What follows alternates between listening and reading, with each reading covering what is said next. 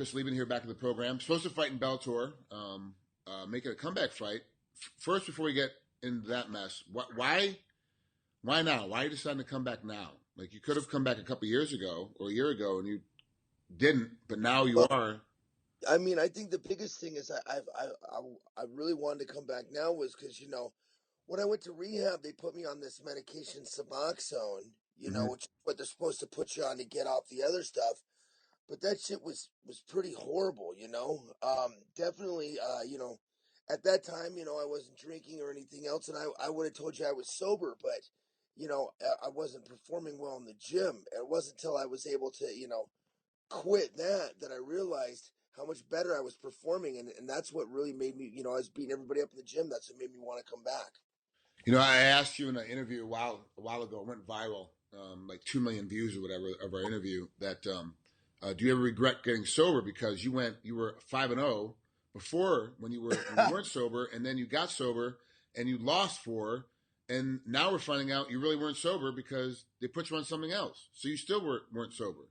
So No, well, I mean, they'll tell you that you're sober. They'll tell you that it's a partial antagonist and that it's not, it doesn't make you a high like Oxycontin or something, but it absolutely does. yeah. So,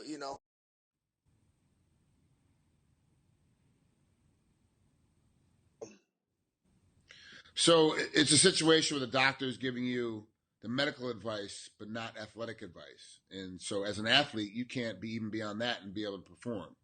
So exactly. Yeah, yeah, and then finally, I'm 100% sober. No alcohol, no Suboxone, no nothing. Um, and I was doing great. I was training and doing awesome in the gym, and a little meaner than I had been in a while. So nice.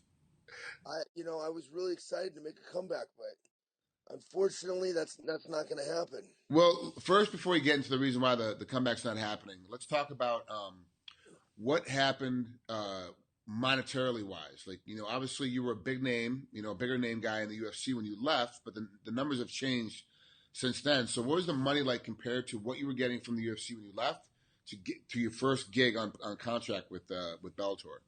It was, I mean, it was less. It was less, but you know what? I felt like it was fair. I'd been out for Okay. a little while. They were going to give me, a couple fights back.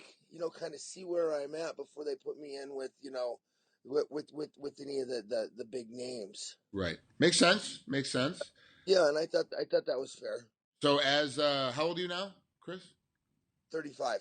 Okay, so 30. Oh, you hit the limit. So now at 35, you have different medicals. You have a whole new medical system comes in for you once you hit 35. So you go in and do your medicals, and what do they find when they're doing your medicals?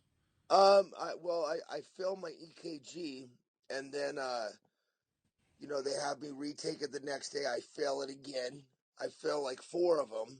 Oh, So I go to a doctor. Doctor tells me, you probably just have what's called an athletic heart. So you need this echocardiogram, which is where they actually take an ultrasound of your heart in action.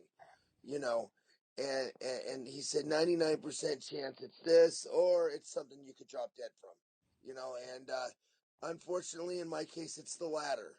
You know, so they did the thing on my heart, and then they kind of said, they sat me down and said, well, things aren't looking so good. You know what I mean? So it is what it is. I've been to several doctors. Couple doctors were pretty grim, with their outcome. But then again, I think they're fucking paid to be that way. They've got to tell you yeah. worst case scenario. And then I had one doctor that feels, as long as if I take the medication and I obviously never drink again and don't use any drugs, that she believes that I can make some sort of a recovery. So what are they saying? Like you could one doctor, the grim doctor, say you could drop dead from a heart attack at any moment. Is that what they're trying to tell you? Yeah, Or? yeah. I mean, he even mentioned, getting me on the heart transplant list or something like that. Basically, my left ventricle is oversized, misshapen, and not pumping correctly, and it's only pumping about 18% of the blood that goes into my heart back out. So my Oh, heart's wow. 18%. Yeah. So, it's time to step up and take care of myself now, and Yeah. So what's the other doctor, the female doctor, saying that you can make a recovery? What's she say you have to do besides not drink and take the medication and not do any more drugs? We all know that's pretty much standard for yeah, everybody, but what else do you have to do? that's it. I mean, that's what she said. She thinks my heart still has some juice left in it because when I do the stress test, the workout test, it actually pumps a little better. Okay. So that's a sign to her that I can make some sort of a recovery. So diet wise, exercise wise, like obviously you can't fight professionally, but are you still gonna be able to work out? Are you still gonna be able to, get your rolls in? Um, yeah, I don't know. I don't know where that is. I'm supposed to go back in another 2 months, and they're gonna see where my heart is again. Right now they told me, not to work out. I was working out. I was doing the stress test. Where you're running on the treadmill, you're hooked up to the EKG, and the doctor literally vetoed it halfway. I was barely starting to sweat, and then he said, "I'm going to have you stop right there because I had an unsafe drop in blood pressure." So, Oh, okay.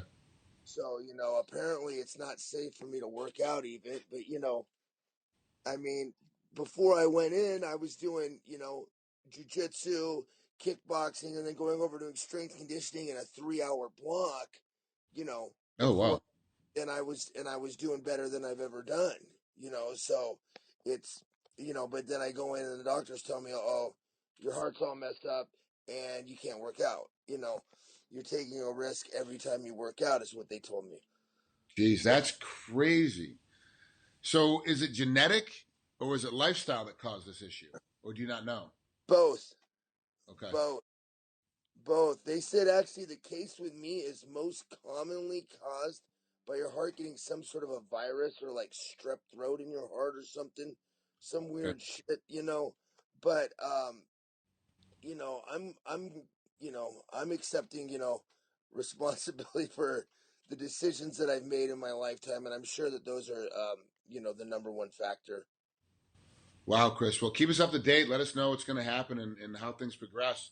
I'll be Yeah, checking in with you every couple of weeks to see how you're doing. You know, right. it's Yeah. I'm sad to hear that you can't fight because I actually was looking forward to this fight. But I, I'm also happy in a sense that you actually had to go get looked at because you might not have ever known if you never. yeah, exactly. I would have never known, but luckily I was able to catch it, and now, I'll show you. I got a giant jar. This is all different. These are all my different herbal supplements that I've got, that I'm Jeez. working with a naturopath, and so I'm doing all fucking cayenne pepper, organic garlic, all the shit that they said for your heart, and then on top of the medication, Yeah. and Well, so like everything else, man, you got to attack it full bore if you want to stay alive. Now you got to run at just like you would a training camp. You exactly, know. So exactly. at That's the least way you've got the discipline to do it because you've done it for so long. It's not that difficult to go. Oh, it's 10 o'clock. I got to take this. I got to take this next supplement. Oh, it's 12:30. Got to take this other supplement. Like yeah, you'll get right in that routine very easily. You'll know how to do it. yeah, for So sure. good. All right, Cool. Chris. Thanks for talking to us, man.